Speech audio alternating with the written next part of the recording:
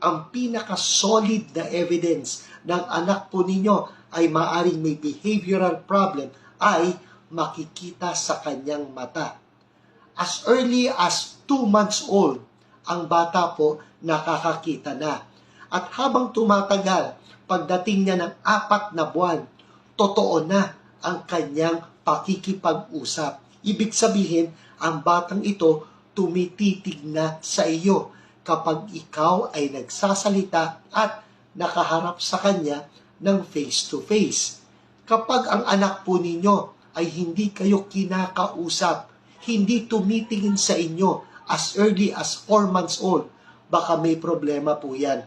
Now, habang lumalaki ang bata, dapat mas lalong nagiging maganda ang social engagement. Ibig sabihin, pagdating niya ng 6 na buwan, 8 buwan, dapat mas maganda na ang kanyang pakiki-interact sa iyo at sa ibang mga tao.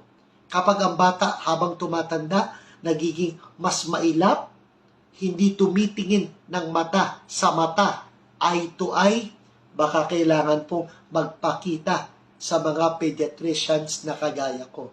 So, yan ang pinaka-solid evidence na kailangan ng anak ninyo ng medical attention pagdating sa mga behavioral problem.